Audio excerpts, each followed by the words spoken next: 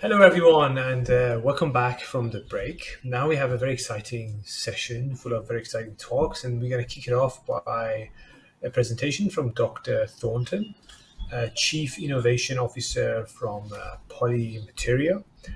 And he'll be telling us about additive technology which induces a time triggered natural degradation. So as usual, Dr. Thornton, you have 15 minutes.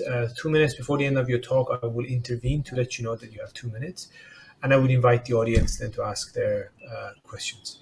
So yes, the stage is now yours, and you can begin. Perfect. Thank you, Kasha, and thank you for the opportunity to present today. As Kasha said, my name is Dr. Matthew Thornton. I'm the Chief Innovation Officer for a company called Polymateria, and would like to present our technology to you today called biotransformation, which is the world's first biodegradation technology that's capable of delivering full biological decomposition of polyolefin packaging materials in the open air terrestrial environment. Just want to start with a little bit about who Polymateria are. So we're an advanced tech London scale-up business who's developed a new standard in biodegradable plastics.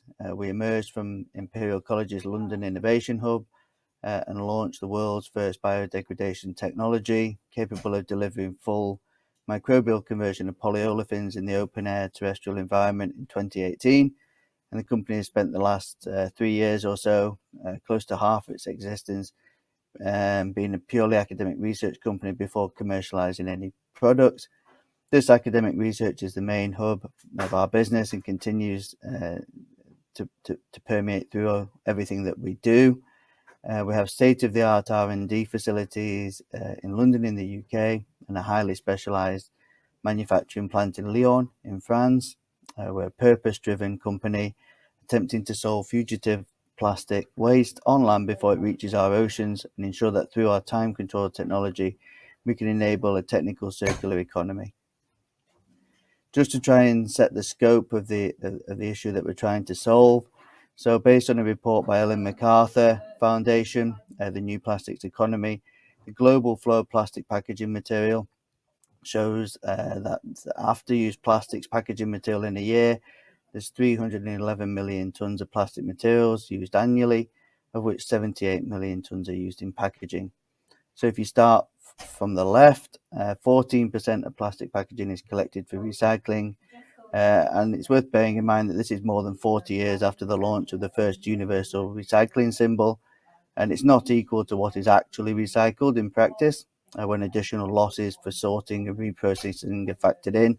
Only about 10% actually gets recycled and 8% are downcycled into lower value applications.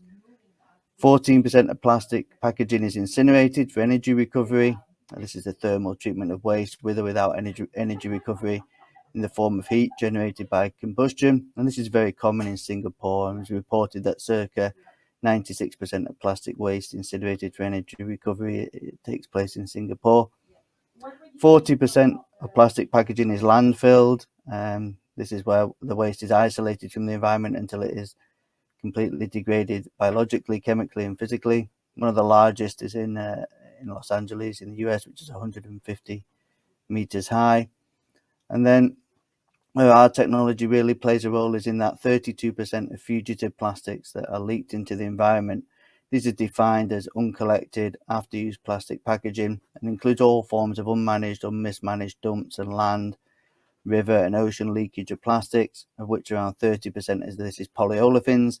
And that's where our technology, again, is trying to combat this and really deliver a solution for this 32% polyolefin packaging that ends up in the environment. In terms of some of the other numbers, these vary wildly from region to region. Asia is the world's most populous region, home to 60% of the world population, and so is one of the key contributors to leaked plastics or fugitive plastics.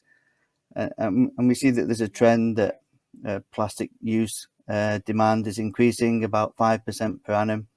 And so there's obviously going to be a major increasing issue of fugitive plastics escaping into the environment.